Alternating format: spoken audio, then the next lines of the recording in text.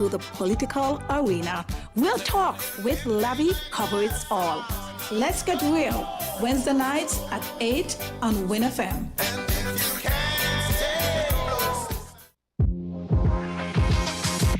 Welcome to Island Tea with your faves. Keep it locked in with us for your daily dose of hot tea only on Win Media 98.9. And good morning. And how are we doing this morning? Good morning to the Federation of St. Kitts and Nevis, to the regional and international diaspora, to everyone within the sound of my voice. Good morning. It is the 23rd day of April 2025. The month is fleeting fast. The days are fleeting fast. I hope we're all doing well on this lovely hump day. We're almost to the end of the week. A pretty short work week for most of us, as we had a holiday on Monday. Quint, good morning. How are you doing today?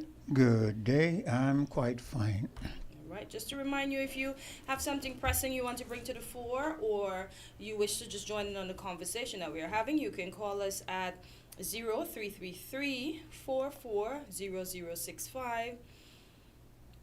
That's our UK number. Our US numbers, as I always mention, we have two: 718-285-6984 or 305-921-4619. Our local numbers are 466-0989 or 662-0989. We are streaming this morning on TVC Channel 40, Facebook, as well as YouTube. Once again, welcome to one and all within the hearing of my voice. And I wanted to start this morning. I know I mentioned a couple topics yesterday, but with 2 hours, sometimes we don't get to go through all of them. So this morning I want to start with this headline that says, SKN poised to become regional leader in sustainable energy with 36 million geothermal, the voice is playing already, geothermal investment. And this article, you can find it on winfm.com if you wish to read it in its entirety. And it's written by Kevin Brown. So it says, in a recent interview with Island Innovation, the Honorable Congress Maynard, Minister of Public Infrastructure, Energy, Utilities, Domestic Transport, ICT and Post, underlined the pivotal role energy plays in the Federation's bold push towards sustainability. With abundant geothermal, solar, wind, and ocean resources, the Twin Island nation stands at the cusp of dramatically reducing electricity costs, attracting new industries, and creating meaningful jobs. A nexus which we believe in, and which is a statement that I have made everywhere I can, is that if we solve energy, we solve water. If we solve water, we solve food. Expanding further, if we solve energy, we solve industry. And if we solve industry, we solve salaries. Minister Maynard asserted, highlighting energy as the linchpin in uniting other critical sustainability areas within the Federation. Traditionally, St. Kitts and Nevis is regarded as lacking natural resources, unlike its neighboring Caribbean states, which are known for bauxite, oil, or gold. However, the minister illuminated a transformational new perspective. He said, and quote, "Today, however, our gold turns out to be energy. Our bauxite turns out to be energy. Our lumber turns out to be energy. We have, according to all analysis, this large resource of geothermal power," end quote. He noticed that Nevis in particular boasts a geothermal capacity approaching 1 gigawatt, a vast resource unmatched by most island states. The untapped geothermal potential is complemented by ample solar radiation, prevailing trade winds for wind energy, and abundant ocean resources, together forming a comprehensive renewable energy portfolio. Minister Maynard explained how this wealth of energy resources form the cornerstone of the Federation's Sustainable Island State agenda, underscored by 7 pillars, with energy independence at the heart. So it says the heat is to the surface. So is Nevis. One of the advantage is that the heat amount is much closer to the surface than in other areas of the world. So you don't have to drill as deep to get it. And also it's sort of concentrated in location. The government has established significant partnerships to facilitate geothermal development, securing financing mechanism designed to mitigate risks. The Caribbean Development Bank has allocated US $70 million for the initial development, with $60 million earmarked for drilling production wells under a unique contingency arrangement that converts to loans if successful or grants if not. So it's a pretty long article. I'm going to stop there. You can, as I said, you can find it on winfm.com and you can read it in its entirety. There's one other part I'd like to touch on, though. That's all the way to the bottom. It says, we're on the path to make St. Kitts and Nevis the first fully sustainable island state in the Western Hemisphere and perhaps even the world, Maynard declared. So, as we mentioned, and at the bottom once more, at the last paragraph says, with 36 million now secured for geothermal drilling and an ambitious sustainable vision in place, St. Kitts and Nevis seeks to solidify its position as a Caribbean pioneer in clean energy and a beacon of resilience and innovation in the face of global climate and economic challenges. Now, Quint, we were concerned about having to drill far, but apparently we don't have to because we have an abundance. Well, I'm going to keep my fingers crossed and hope that because we've heard this geothermal talk for years and years and years back, and I'm going to keep my fingers crossed. We are small islands. We have to do what we've got to do, even though I may not agree with, some of the things that we have to do. You got to do what you got to do. So I'm going to keep my fingers crossed, hope for the best, and hope that we see something come to fruition. As we have stated over and over, we are quite accustomed to hearing rhetoric, hearing this about that, and glorious talk. So we're going to put the onus on the individuals to bring something to the fore. Bring something to the fore, indeed. And then I see we are exempt. Caribbean secure significant exemption from U.S. tariffs on Chinese-built ship amid new trade measures. But I'm saying, okay, we are exempt from this, so we're not going to be in much of a hot water. But what are we going to do in the time that we are being exempt? What new things are we going to put in place to really be the sustainable Caribbean that we intend to be?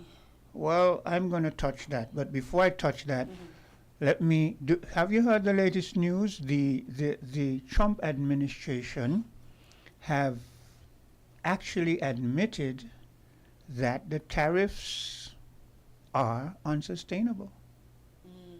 No, I haven't. Yeah. I had a long one yesterday. It was even on our news this morning, Okay. where the head advisor or whoever is to do, finances and whatever, has said that they're gonna take a more milder stance in relation to dealing with China, and that the tariffs that the United States has been seeking to impose are unsustainable. So I think that's a bit of maturity, because I never thought that they would actually admit. I thought they would continue saying, just bear it until it's gonna work out. It's just grit your teeth and bear the pain. It's gonna be to your benefit.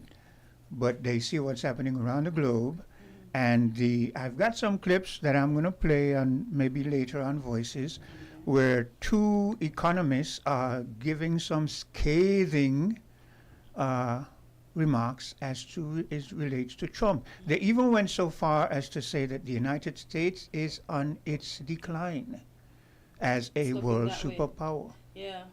Yeah. I don't think he campaigned with this tariff thing, and people were trying to make the others who were not aware what a tariff was, what the effects would be, how it's not going to be good for the economy, but I guess some people just think it's all about them, and you don't realize how quickly you can lose your poised, pious position when you don't have, and people have looked at Americas for so many years. We know China exists, but which nation is always spoken about?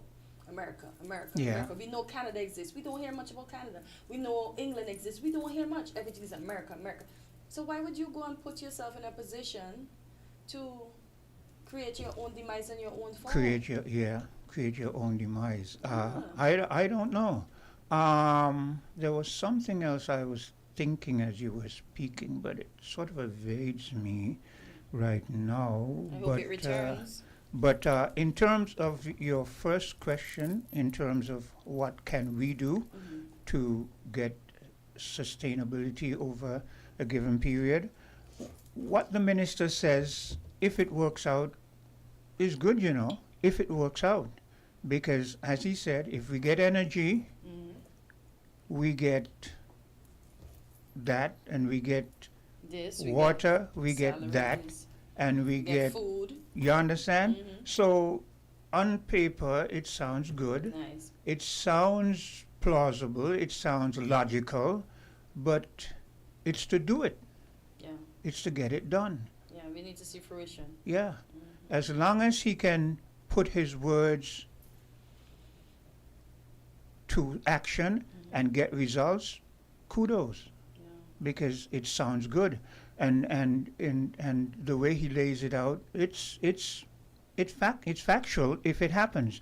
You get energy, you decrease costs on so many things across the board, and because you have that energy that is much cheaper, you can now go into getting water. We have solar energy in abundance, so that's Wind, another, as he said. which Wind as well, is yeah. another plus. And once we get water in abundance, we get food. Yeah. Now, water in abundance, I would assume they're going to be thinking about The what? desalination Yeah, plant, the because remember they secured a loan for that. yes. Yeah. So I again have my reservations about that, but again I reiterate, you got to do what you got to do. You can't just sit down and say, well, this isn't the best, but I mean, come on, you're going to sit down and die. You have to survive. So once we get water, you get food, and once you get food, then we are in a sustainable position, because you can at least feed yourself in times of duress. If the world begins to crumble around us, We at have least something. we can eat some food. Yeah, we can. So the minister, his plan sounds good, but it's to implement the plan. Yeah, let's see it through. This morning, even I was thinking about the agriculture. I was thinking that St. Kitts and Nevis really need to work together to get this agriculture thing on the ball. Good Yeah. morning. You're live on Island T. Good morning to everyone, and greetings once more in Jesus' name, the only Savior of sinners, from the sin and from hell, and the second person of the eternal Trinity. Now, first of all, I would like to say something. Number one, those mobile phone lines that you're calling out, right? They say something and send something, they're not really working, 662 0989 Yes. And the other one, send something. 718-285-69. Right.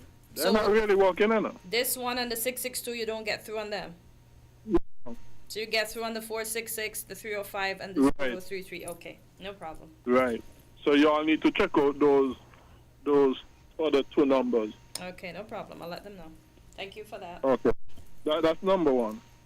Number two, I've said it before, we need to become a republic in order to have some kind of semblance of true independence.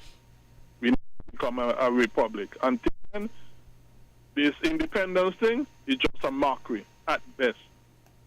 We need to become a republic. And this, I think, should be the better. That's number two. Number three is that this sustainability thing that we always hear our politicians talking about is just another way. Well, first of all, it is unbiblical, first of all. And it is just another way of saying that government need to do this, government need to do that, government need to own this, own that, run this, run that, control this, control that, and so on and so on. You know, the word sustainability, that is what it is used to mean. Now, like I said, and I always said, government have a limited God-given role, and when they go beyond that, instead things get better, it get worse. People need this geothermal thing, like anything else in government hands. It doesn't work out as they say. Because when government control things, when government run things, number one, that is the recipe for inefficiency. Government, inefficiency, waste, incompetence, fraud, and you all of them go hand in hand with government. So government, so when government giving you these good promises and that sort of stuff, they do not go as government promised. They normally go the opposite, and it end up in greater taxes for the people and worse for the people as a result. When, like I keep on saying, when the private sector run these things in a proper free market capitalist economy and context, that is when you get the maximized benefits of these things. Government is the most corrupt and lying institution in the whole earth. And there is no way things can go good and beneficial from the most lying, most corrupt institution on the earth. The government, and not only that, but the more power and duties government takes on, because that workout was for man. Because, like I said, and I've said more than once, man was born with an evil, wicked, corrupt, perverted nature that he inherited from Adam. And because of that, the more duties, the more obligations, the more responsibilities and so on that government takes on, is the more avenues you give to that wicked human nature that we are all born with to express itself and to demonstrate itself. And that is not good. That is why you find that the most evil and corrupt and so on governments are those who have the most responsibilities, are those who have the most power, are those who have the most activities doing. Greg. And so on. And those countries are the worst. Yes?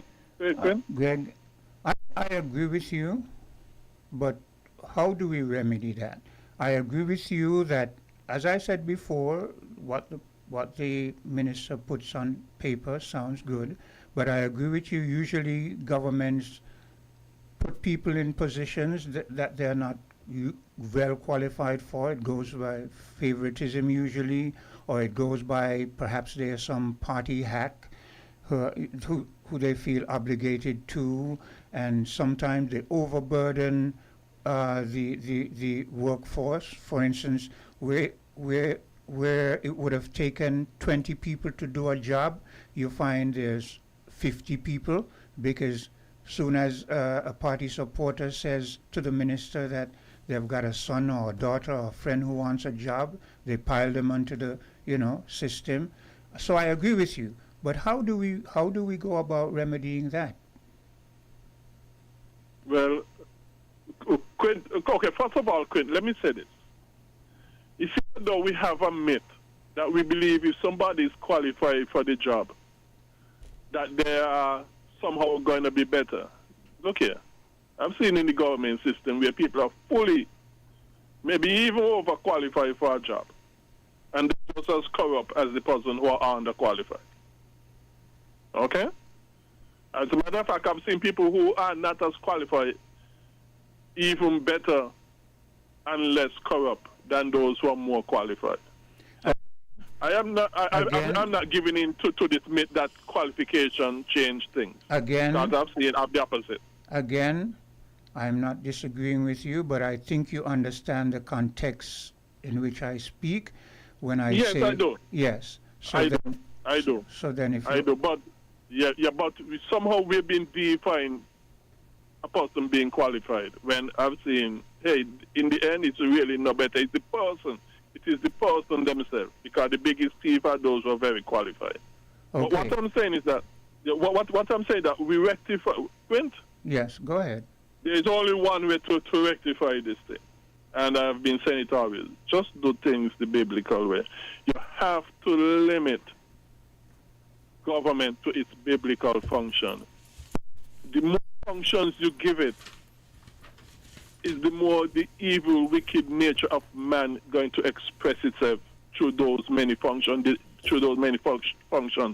less functions it have, the less duties it have, is the more you limit those in government from expressing this evil, wicked nature man have. Greg, I hear you, but you still haven't answered the question. I'm saying, give us, myself and Cartencia and the listening audience, a scenario where, for instance, you are the government. You have a country to run. You need energy. You need water. You need, certain things to make that country run. You have solar energy. You have geothermal energy. You're thinking of using these to advance your country. Give me a scenario. Give us a scenario of how you would go about it rather than just saying the Bible way. Give us a scenario of how you would disseminate those different, the geothermal and whatever, in your private venture. Give us a scenario. Give us a hypothetical. Yes, for example, when it comes to energy, for example, if God was to put me there, let's say God put me there miraculously, because it would really take a miracle. What I would do, well, first of all, you have to be a godly, mature, godly man who filled with the word of God. That's the first qualification of a government officer. Nothing less will do, and nothing less God will bless. And as a person who God has blessed with a certain knowledge of the word, I would, one, privatize all these things. Two, when you say privatize, I don't want you to give me broad statements. I want you to say how you will privatize it. Okay.